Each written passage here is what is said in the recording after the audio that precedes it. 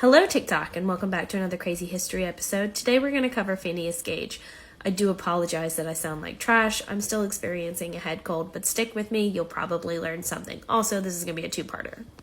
So Phineas Gage was a railroad worker. His exact position was a blasting foreman. So what Mr. Gage was responsible for doing was finding large rocks that needed to be moved for the railroad. He'd bore a hole in them, fill it full of gunpowder, sand, add a fuse, blow it up so that the railroad could come through different mountain ranges.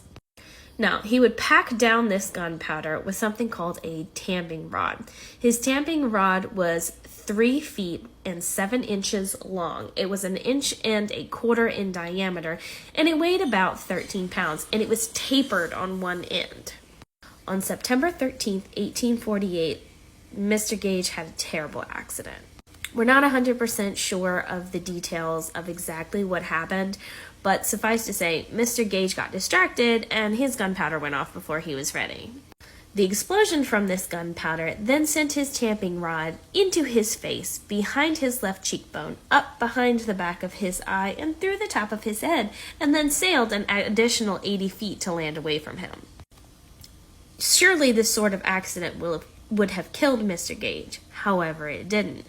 Eyewitnesses who came to help him out after the explosion described Mr. Gage as falling down, having something similar to seizures, and then after about 5 or 10 minutes, he sat up and started talking to people.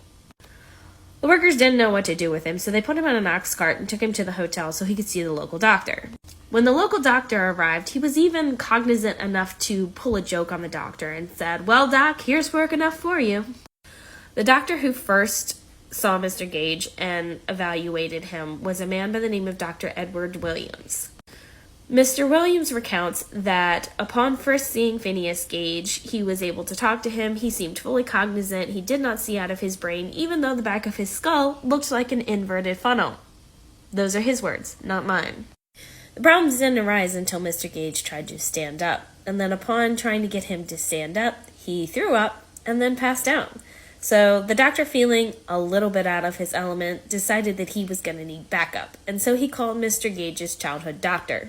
This gentleman was a man by the name of Dr. Harlow. Over the course of the next 2 months, Dr. Harlow slowly nursed Phineas Gage back to health. This was in a time before antiseptics and antibiotics and things like that. So he went through several infections and he actually slipped in and out of consciousness a lot. But he slowly made a full recovery. Like and follow for part 2, and we'll talk about the aftermath. You don't want to miss it, trust me.